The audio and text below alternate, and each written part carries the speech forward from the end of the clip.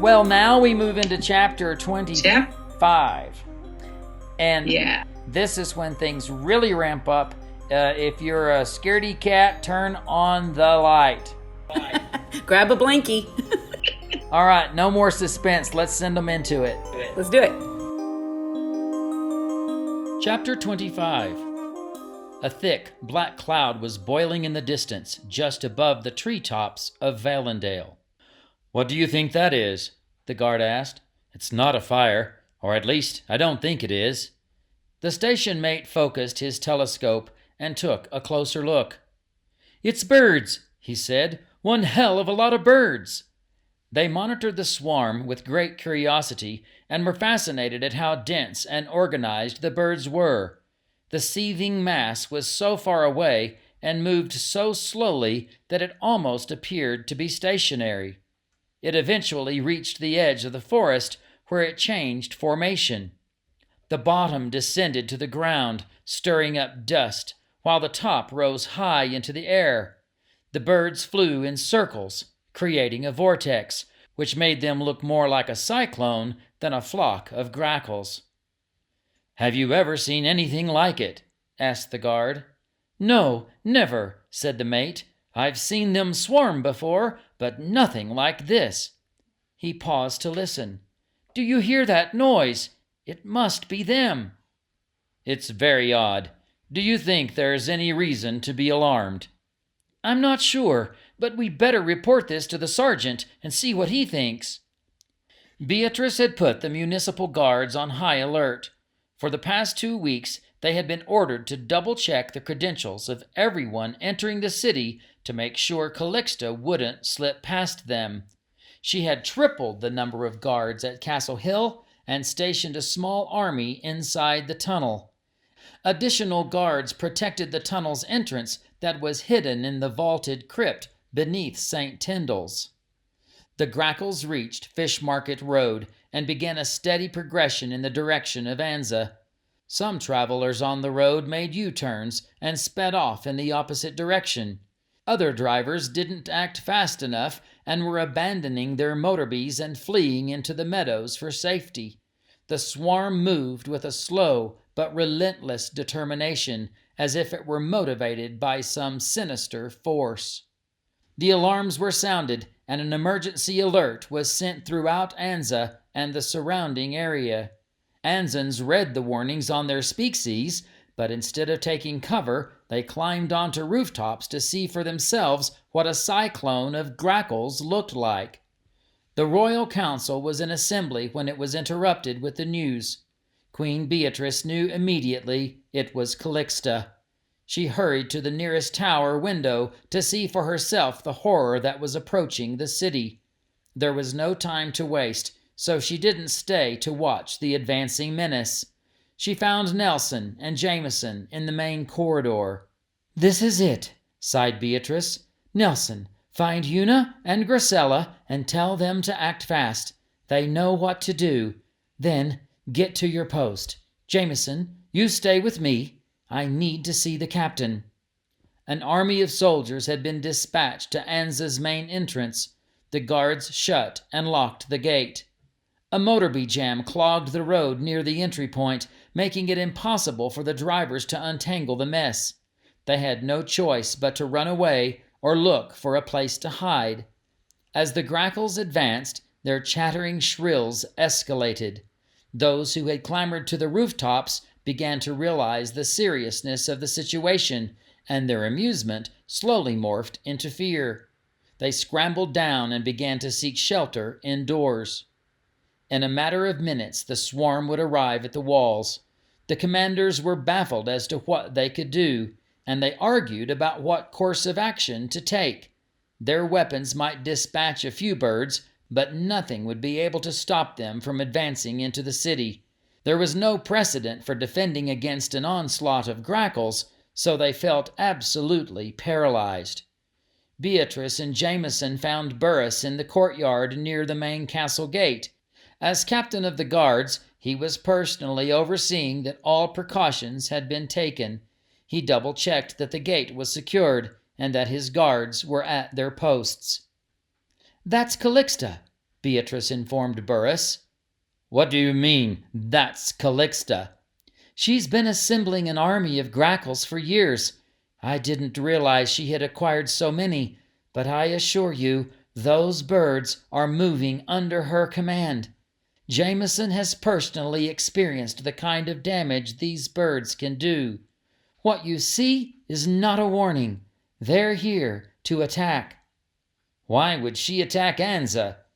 "She's not coming to attack Ansa. She's coming to attack me." Burrus knew enough of Castle Hill's history to know what had caused the rift between Calixta and the Queen. Burrus was Brant's son. Brant had served both Cedric and Gethric during the troublesome times. On numerous occasions, his father had given him first-hand accounts of what had transpired.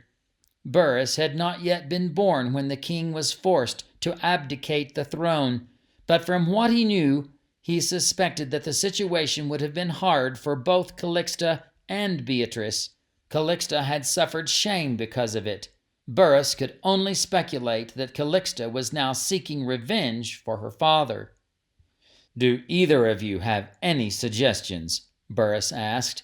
He had already positioned every available guard along the rampart, but he had yet to think of an effective way to defend Castle Hill against the grackles. "She's after me, not you, and not the citizens of Ansa," emphasized Beatrice. "I'm doubtful that she would cause serious harm to anyone except those who would try to protect me. If I try to hide, the grackles will wreak havoc until they find me. If you fight them, they will fight back, and there will be far too many unnecessary casualties. If the grackles kill me, then the battle will be over, and hundreds of lives could be spared. The baby is safe, and that's all that matters. I've come to tell you not to fight. I'm going to Proclamation Tower to face whatever fate she has in store for me." Jameson bristled and said, "Over my dead body, Your Majesty, I will not let any harm come to you without putting up a fight." "It will be over your dead body if you try to protect me, so don't," Beatrice commanded. The grackles easily breached the city walls and began aggressively rounding up those who had not taken cover. They began herding them down St. Murphy Boulevard in the direction of the castle. If anyone tried to stop or hide, they would peck and stab at them until they started moving again. As long as they were moving forward, the grackles left them alone. Burrus had taken a position on the rampart next to the guard tower. Jameson, still insistent about fighting the grackles, followed Beatrice up to the tower. Everyone else in the castle knew what they were supposed to do. The swarm had managed to push more than 1,000 terrified citizens to the gates of Castle Hill, confining them to the outer courtyard as the grackles moved on to the wall. The pitch and volume of their horrendous screeching was almost incapacitating. The guards trapped inside the swarm cowered, but tried not to panic. They kept expecting to be violently battered, scratched, and stabbed, but the grackles did no such thing. The birds continued advancing past the wall until they had enveloped all of Castle Hill. The birds were so dense that Beatrice could barely see the guards on the wall, but she could tell that no one was being attacked, including herself. Then, as if on command, the grackles near the center of the vortex began to rise, swirling skyward and creating a hollow interior to their mass. They formed a dome over the entire castle complex so that it was completely contained within a cage made of swarming birds.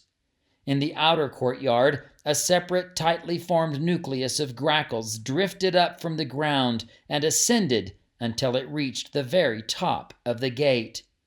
The birds dispersed, revealing a figure standing on top of the gate, dressed in red. It was Calixta. Her cloak was filthy, torn, and shredded. Most of the hair on the right side of her head was gone. Her face had fresh, visible wounds that had been stitched back together. There was a bruised, sunken depression in place of her right eye, which had been sewn shut. She was a hideous sight to behold. In her right hand she held a staff that had the claw of a raven attached to its top. The sight of the claw was repulsive. Everyone knew that the dark arts required the mutilation of a living creature, or even worse, murder. This staff represented one or the other, and she was brandishing it for everyone to see. Burrus looked to Beatrice, who shook her head, reminding him that the guards should not take any aggressive action toward Calixta. Beatrice was overwhelmed with emotions. She was sickened at how Calixta looked and wondered what sort of encounter had caused her wounds. She felt pity for Calixta because she had turned to darkness. Beatrice grieved the death of the relationship, and she was frightened to the core for whatever it was that Calixta had come to do. She felt desperate to come up with a solution, and she felt helpless, knowing that there was nothing she could do. She was worried for the future of Alair. Calixta looked across the courtyard to Beatrice. She raised the Ravenclaw staff into the air, and the grackles ceased their screeching. The only sound that remained was the fluttering of 500,000 grackle wings buffeting the air. Calixta then turned away from Beatrice and addressed those being held captive in the outer courtyard. Her voice was raspy, but still resonated with strength and confidence. Some of the captives began secretly recording cinnabits of the moment. "Good citizens of Alair, how lucky you are! You get to have a front row seat. You get to be an eyewitness. You will be able to give a first-hand account of my visit here to Castle Hill. Please use your devices. Capture this moment so that there won't be any confusion or mistake when you tell the story of today's events to your family and friends." Several speakeasies were brought out of hiding, and new ones appeared and began to record their own cinnabits. The crowd was silent as death. They wanted to hear every word. "Everyone loves a good story," Calixta continued. "Do you know my story? Oh, please forgive me. Of course you don't. You couldn't possibly know the secrets that have been hidden for years inside the walls of your precious Castle Hill. But I bet you like secrets, so let me tell you a story and a secret." Calixta began to recount the highlights of events they had read or been told, but for the first time they heard her side of the story. She listed the chain of events that led Beatrice to the throne and reminded them that she, not Beatrice, was the rightful queen. She spoke of betrayal and deception. She then told them how Beatrice so desperately wanted an heir that she essentially begged her to create a potion that would guarantee her a child. She included details about the potion, such as the use of strawberry seeds that assured that the child would have freckles. She carelessly listed other forbidden ingredients, essentially confessing publicly that she had used black magic. She informed them that their precious darling of Alair was the result. She also reminded them that Beatrice was an accomplice in the matter. She told them about their agreement and that Beatrice had sworn her promise under an oath of blood. "May plagues and curses fall on me if ere unfaithful I should be. That is what she agreed to. That is the deal we made. Your queen has once again betrayed me. She had Gracella take the baby out of my reach to a place beyond the tunnel of stars. The child, my reward for a lifetime of misery, has been stolen from me. And now, because of the broken blood promise, Castle Hill will pay the price." As Calixta raised the Ravenclaw staff, panic swept through the crowd. They wanted to run, but they were still being held captive inside the grackles' cage. "It's true," shouted Beatrice, her voice silencing the crowd. "It's true that the princess was taken to a safe place." Beatrice had left the tower, and was now standing on the rampart near the main guard tower, not far from Burrus, directly above the crowd. "How nice that you've left your hive to greet your loyal royal subjects," Calixta fumed. "No matter what you have planned, Calixta, you will never lay a hand on that child." "Mother, get back!" a voice called from the tower window.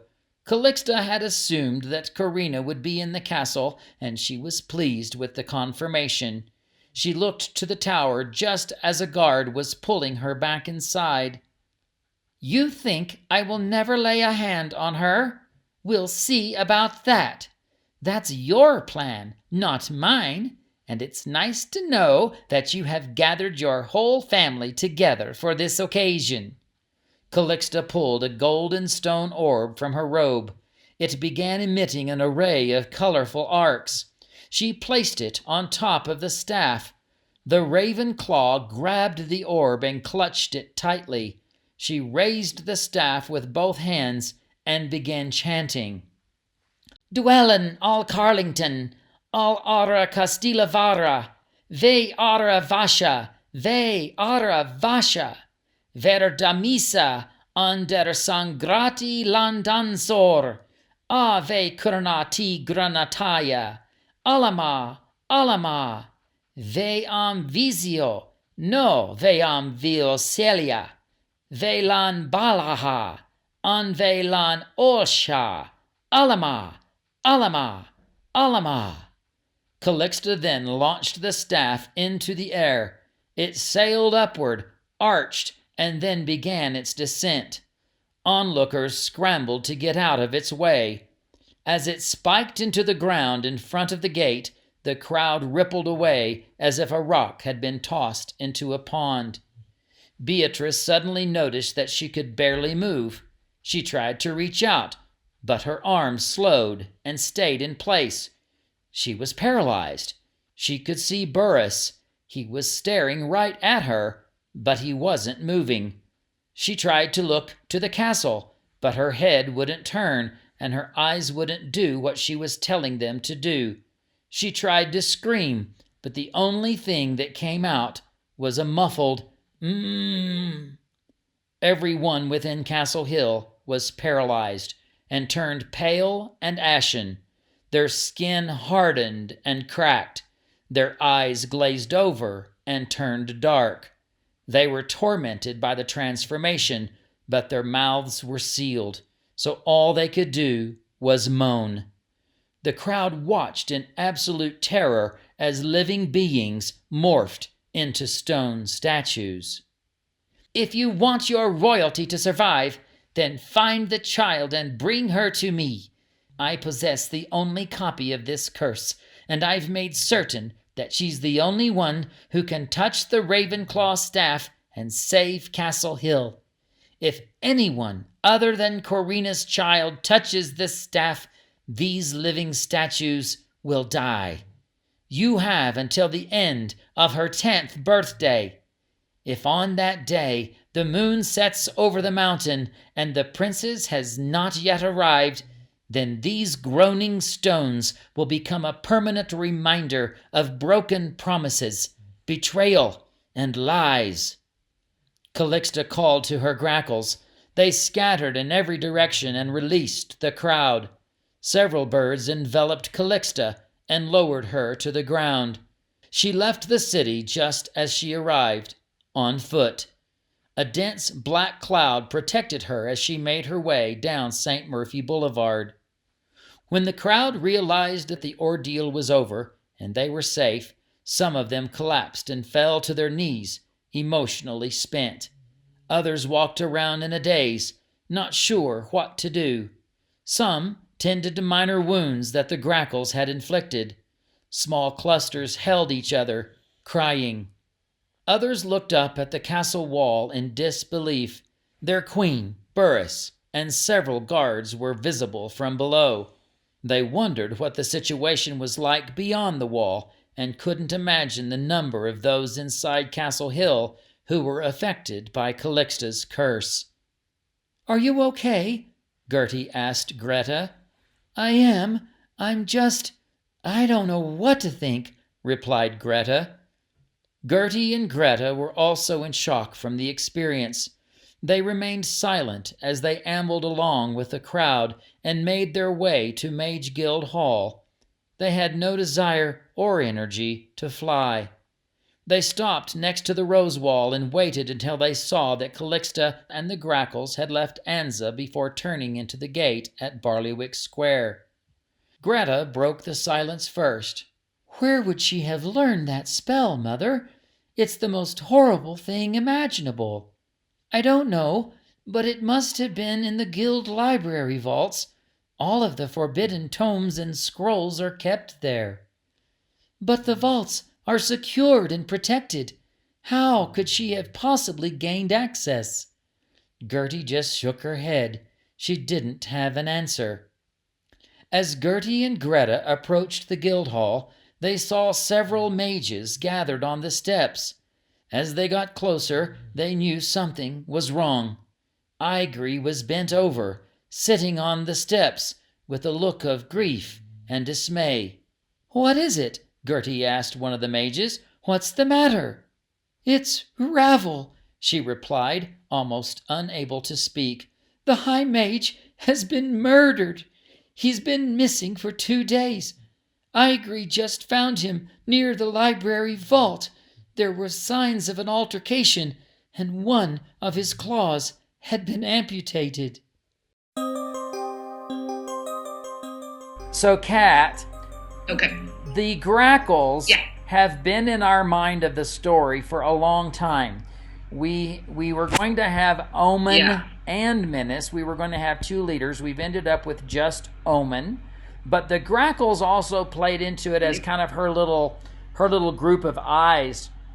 But I will say, for the couple of years that we spun this story forward, it was not going to be tens of thousands of them.